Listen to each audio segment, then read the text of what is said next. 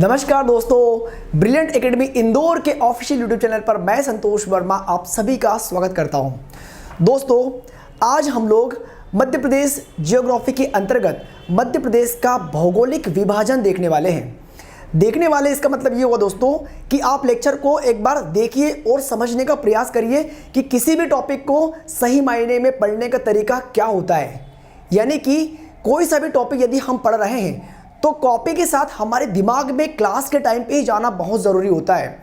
हमारी ऑनलाइन के साथ में ऑफलाइन क्लासेस भी दोस्तों चल रही है, जिसमें एक नौलखा चितावत एसआर पेट्रोल पंप के सामने है और दूसरी कक्षा हमारी चल रही है मूसाखेड़ी में राम मंदिर के सामने। ठीक है, तो चलिए आज मैं आपको ये दिखाने वाला हूँ कि मध्य प्रदेश का भौगोलिक विभाजन जो किस प्रकार से हमें पढ़ना चाहिए। और मैं जो टॉपिक यहाँ पर अभी पढ़ाने वाला हूँ वो टॉपिक आप ध्यान से देखिए कि इस टॉपिक से रियल में क्वेश्चन कैसे बनते हैं और पढ़ने का सही तरीका क्या होता है। ठीक है, चलिए दोस्तों, सबसे पहले हम लोग बनाएंगे मध्य प्रदेश का मैप और उस मध्य प्रदेश के मैप में मध्य प्रदेश की सभी प्राकृतिक संरचनाओं को हम लोग यहाँ पर दर्शाने वाले हैं और उन प्राकृतिक संरचनाओं को भौगोलिक विभाजन के आधार पे कितने भागों में विभाजित किया गया है और उन भागों में से इन प्राकृतिक संरचनाओं को किन किन भागों में रखा गया है, सभी चीज़ें हम लोग सिस्टमेटिक तरीके से अभी देखने वाले हैं। ठीक है, तो सबसे पहले मैं बनाने वाला हूं मध्य प्रदेश का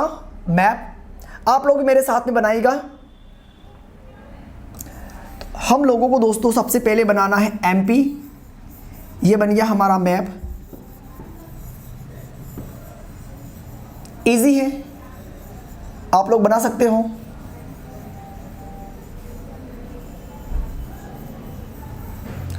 देखो दोस्तों, मेन बात ये होती है कि जिनको भी पीएससी, एसआई, व्यापम, पटवारी या अदर जितनी भी कॉम्पिटिटिव एग्जाम होती है, यदि सही मायने में आपको क्वालिफाई करनी है और अंदर से आपको कॉन्फिडेंस भी फील हो कि हाँ अब मेरी तैयारी प्रॉपर है और मैं उस एग्ज़ाम को क्वालिफाई कर सकता हूँ या फिर उस एग्ज़ाम के अकॉर्डिंग मेरे लिए एक सीट रिजर्व है, तो ये कॉन्फिडेंस आपको तभी मिलेगा जब वाकई में आपने हर एक सब्जेक्ट को कंसेप्ट के अकॉर्डिंग पढ़ रखा होगा। ये बात आपको माननी ही पड़ेगी। अगर आप थ्योरिकल पार्ट या फैक्ट के रूप में पढ़ रहे हो दोस्तों, इस बात को लेकर आप सतर्क हो जाइए। सफिशिएंट नहीं है वो चीज़ें किसी भी गवर्नमेंट जॉब को पाने के लिए। ठीक है, चलिए अब हम लोग आ जाते हैं टॉपिक पे। टॉपिक क्या है दोस्तों? टॉपिक मैंने बोल भी दिया, हालांकि मैं एक बार लिख भी देता हूं यहाँ पे। हम लोग पढ़ने वाले हैं दोस्तों मध्य प्रदेश का भौगोलिक, मध्य प्रदेश का भौगोलिक विभाजन। मध्य प्रदेश का भौगोलिक विभाजन पढ़ने वाले हैं। ठीक है ना। सबसे बड़ी बात तो हम लोगों ने यहाँ पर क्या बना दिया, एक मैप बना दिया। आप लोगों ने बना लिया होगा। अब देखिए कि मैं इस मध्य प्रदेश को कितनी प्राकृतिक संरचनाओं में और किस प्रकार से बांटने वाला हूँ। ठीक है, आप लोग देखिएगा एक बार यहाँ पे। तो मैं यहाँ पर कलर ले लेता हूँ येलो वाला। ठीक है, ताकि आप लोग भी आसानी से देख पाओ चीज़ों को। डिवाइडेशन कंडीशन में थोड़ा लाइट ले लेता हूँ। ठीक है, अब देखिएगा कि मैंने यहाँ से स्टार्ट किया, ऐसे में चल रहा हूं और ये यहां से टर्न होके यहां पे चला गया। ठीक है, एक बात हो गई यहां पे। इसको मैंने यहां पे दोस्तों लाइनिंग कर दी ताकि एक पार्ट ही आपको अलग दिख जाए।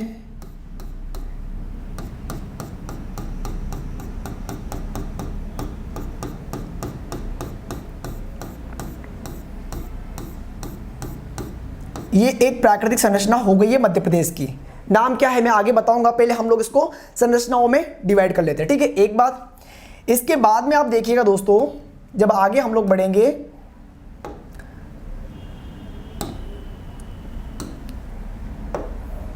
ठीक है, आगे देखना।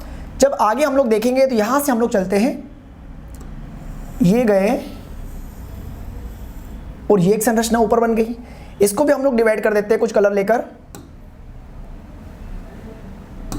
ओके, देखना यहां पे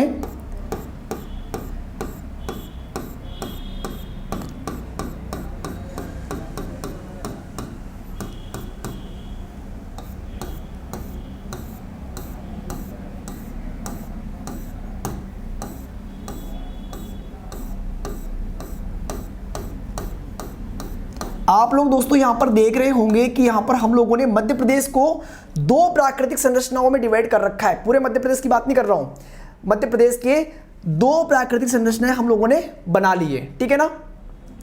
अब बात क्या होगी, आगे हम लोग देखेंगे टोटल अगर हम संरचनाओं की बात करेंगे इसमें तो 7 संरचनाएं हमें बनानी है। अभी कितनी बनी है, सिर्फ 2 ही बनी है, ठीक है। चलिए आगे बढ़ते हैं। आगे बढ़ेंगे हम लोग तो आप देखिएगा कि यहां से हम चलेंगे इस प्रकार से और इसको यहां पे टच कर देंगे तो एक और प्राकृतिक संरचना हमारे पास में आ गई है, ठीक है।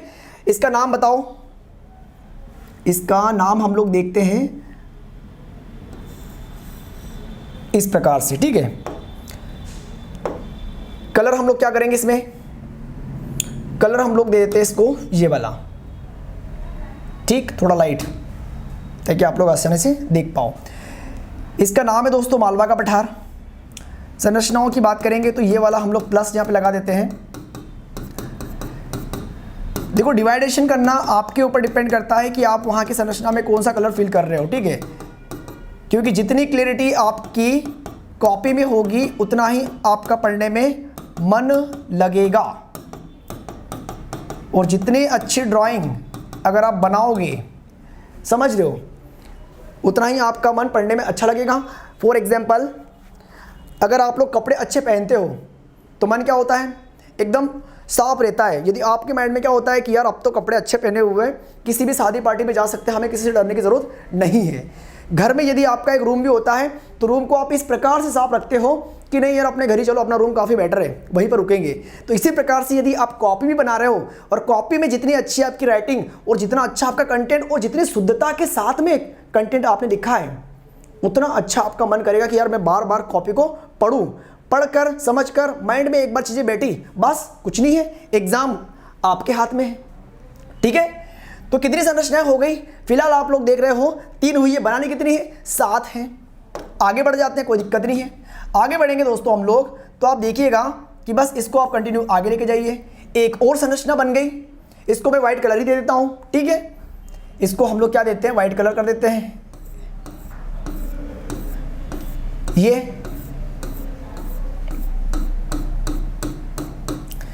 कितनी हो गई, 1 2 3 4। रीवा पन्ना का पठार इसे कहेंगे, सब बताऊंगा लेकिन एकदम आराम से, ताकि चीजें आपके दिमाग में जाए। पूरा टॉपिक, पूरा कंसेप्ट आपका क्लियर होगा अभी, ठीक है। आगे देखेंगे हम लोग तो आप देखिएगा यहां से हम लोग चलते हैं ऐसे, यहां तक जाएंगे और इसके बाद में एक ब्लॉक ये बन जाएगा। कितने, 2 हो गए, 2 हो गए, ठीक है। ये वाला जो क्षेत्र दोस्तों, मैं थोड़ा सा लाइट कलर लेता हूं यहां पे, ये है आपका नर्मदा सोन घाटी। अब नर्मदा सोन घाटी है तो जायज़ है कि यहां पर आपको पानी तो मिलेगा। ये नर्मदा भ्रंश घाटी है, नर्मदा भ्रंश घाटी, नर्मदा सोन घाटी, नर्मदा नदी घाटी, ठीक है। उस साइड में देखोगे तो उस साइड में हमें क्या नजर आएगा, इस साइड में यहां पे अगर देखेंगे तो ये वाला जो क्षेत्र है इसे हम लोग कहते हैं बघेलखंड का पठार। कौन सा पठार, बघेलखंड का पठार, जिसे हम लोग पूर्वी पठार भी कहते हैं। अब बचा कौन सा है, नीचे वाला पार्ट। 1 2 3 4 5 6 7, 1 2 3 4 5 6, बचा कौन सा है, लास्ट नीचे वाला। ग्रीन कलर में ले रहा हूं क्योंकि इसे कहते हैं हम लोग सतपुड़ा पर्वत श्रेणी, और सतपुड़ा पर्वत श्रेणी है तो जायज़ है कि हरा भरा होगा, तो मैंने यहां पर कलर कौन सा, ग्रीन कलर लिया है।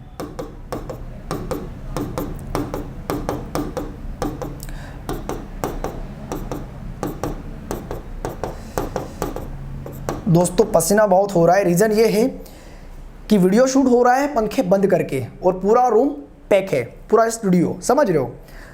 तो पसीना, सोचो कि इतने पसीने में इतनी गर्मी को सहन करके आप लोगों के लिए सारी चीज़ें हम लोग अवेलेबल करवा रहे हैं। तो यहाँ पर आपका भी एक फ़र्ज़ बनता है कि हमारे इस ब्रिलियंट परिवार को सपोर्ट करें, ताकि हमारी ब्रिलियंट फैमिली काफ़ी बड़ी हो सके और हमारा भी मनोबल बढ़ सके, ताकि हम आपके लिए बेटर से बेटर कंटेंट इसी तरीके से कंटिन्यू प्रोवाइड करते रहें, ठीक है। क्योंकि दोस्तों गर्मी तो चलो सहन कर लेंगे, बस आपका सपोर्ट चाहिए, ठीक है। आगे बढ़े तो यहां पर बात होती है मध्य प्रदेश का भौगोलिक विभाजन। आप लोगों ने यहां पर देख रखा है कि हमने इस मध्य प्रदेश को 7 प्राकृतिक संरचनाओं में बांट दिया है। अब बात यह आती है कि हमें तो ये बताओ कि ये 7 प्राकृतिक संरचनाएं कौन कौन सी है, ठीक है। इसके अलावा दोस्तों एक बात और आपको बता देता हूं कि ये तो आपने सिर्फ संरचनाएं देखी है, ठीक है। आगे देखना कि अब कंडीशन क्या होती है, एक्चुअल मैप किस तरीके से बनाया जाता है। इसको हम लोग करते थोड़ा सा छोटा, ये हो गया थोड़ा सा छोटा, ठीक है। अब क्या होगा आगे, आगे आप देखिएगा यहां पे कि इस साइड में यदि हम लोग बात करेंगे तो यहां पर इस भौगोलिक मध्य प्रदेश के साइड में यहां पे ये कौन सा राज्य आएगा, तो छत्तीसगढ़ है, ठीक है, छत्तीसगढ़ है। और छत्तीसगढ़ को एक्चुअल में हम लोग कहते हैं छत्तीसगढ़ का मैदान। और मैदानी भाग में आपको मिट्टी रेती सब मिलेगी। तो प्राकृतिक संरचना के रूप में यदि हम लोग बात करेंगे तो ये वाला क्षेत्र कौन सा हो जाएगा, छत्तीसगढ़ का मैदान। लिख भी देते हैं हम लोग यहां पे, इसे हम लोग क्या कहेंगे, छत्तीसगढ़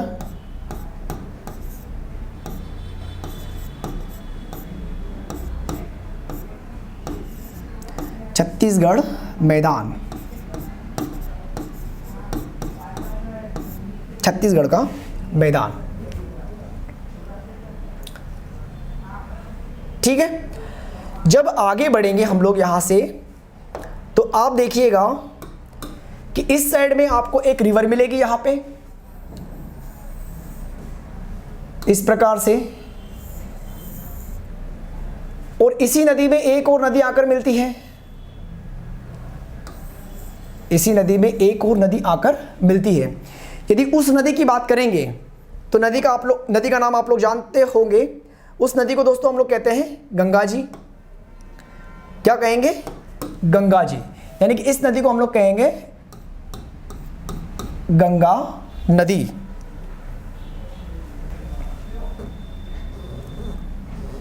इस नदी का नाम क्या है, गंगा नदी, गंगा नदी।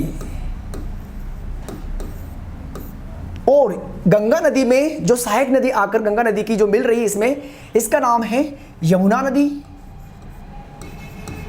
इसका नाम क्या है, यमुना नदी, ठीक है। कहने का मतलब क्या है कि जब आगे हम लोग इसी प्रोसेस को आगे बढ़ाएंगे तो यहां पर देखो ये मालवा का पठार है। मैं सभी के नाम बताऊंगा, पहले संरचना बना लो आप एक बार कि यहां से एक रिवर इस तरीके से जाएगी और इस तरीके से निकलते हुए किस में जाकर मिल जाएगी, यमुना में। ये जा रही है, ये नदी जो जा रही है किस में जाके मिल रही है, यमुना में, ठीक है। नदी का नाम क्या है, तो इसका नाम है दोस्तों चंबल नदी। इसका नाम क्या है, चंबल नदी, चंबल नदी, ठीक है। चंबल नदी हो गई, यमुना नदी हो गई, गंगा नदी हो गई। मध्य प्रदेश का प्राकृतिक संरचनाओं में 7 प्राकृतिक संरचना हम लोगों ने बना ली। साइड में कौन हो गया, छत्तीसगढ़ हो गया, जो छत्तीसगढ़ का मैदान हो गया। इस साइड में यदि हम लोग बात करेंगे यहां पे, तो इस साइड में हमें क्या मिलेगा, इस साइड में दोस्तों हमें देखने को मिलता है अरावली माउंटेन, जो गुजरात से शुरू होकर दिल्ली तक जाता है, दिल्ली रिज तक, जिसको रायसीना हिल्स भी कहते हैं। और आप लोग जानते हो कि रायसीना हिल्स पर ही राष्ट्रपति भवन है, ठीक है। तो यहां पर हम लोगों ने इस साइड में बना ली एक संरचना, नाम दे दिया अरावली पर्वत। क्या नाम दे दिया, अरावली, अरावली पर्वत। अरावली पर्वत भी हो गया, चंबल नदी हो गई, गंगा यमुना का मैदान हो गया, पूर्व में छत्तीसगढ़ का मैदान हो गया। दक्षिण में क्या आएगा, तो दक्षिण में हम लोग देख लेते हैं। तो दक्षिण में दोस्तों आप देखोगे तो यहां पर एक रिवर हमें दिखाई देगी, इस तरीके से जाती है। इस नदी का नाम है ताप्ती नदी। क्या नाम है नदी का, ताप्ती नदी। तो यहां पर मैंने लिख दिया ताप्ती नदी, ताप्ती नदी। अब कहने का मतलब क्या होता है, संरचनाओं को थोड़ी देर दिमाग से आप लोग हटा दीजिए जो मध्य प्रदेश में हमने साथ बनाई है। हालांकि आपने बना ली होगी, लेकिन इसके बाद में जो मेन चीज होती है दोस्तों, यहां पर आते हैं आपके पास में कुछ हेडिंग्स, और जो हेडिंग्स में बोलने वाला हूं वो इसी में से हमें लिखनी है। जो भी हेडिंग्स हम लोग पढ़ते हैं, जो भी थ्योरिकल पार्ट आप लोग पढ़ते हो, किस में से, किताब में से। भाई किताब में से जो आप थ्योरिकल पार्ट पढ़ते हो, क्या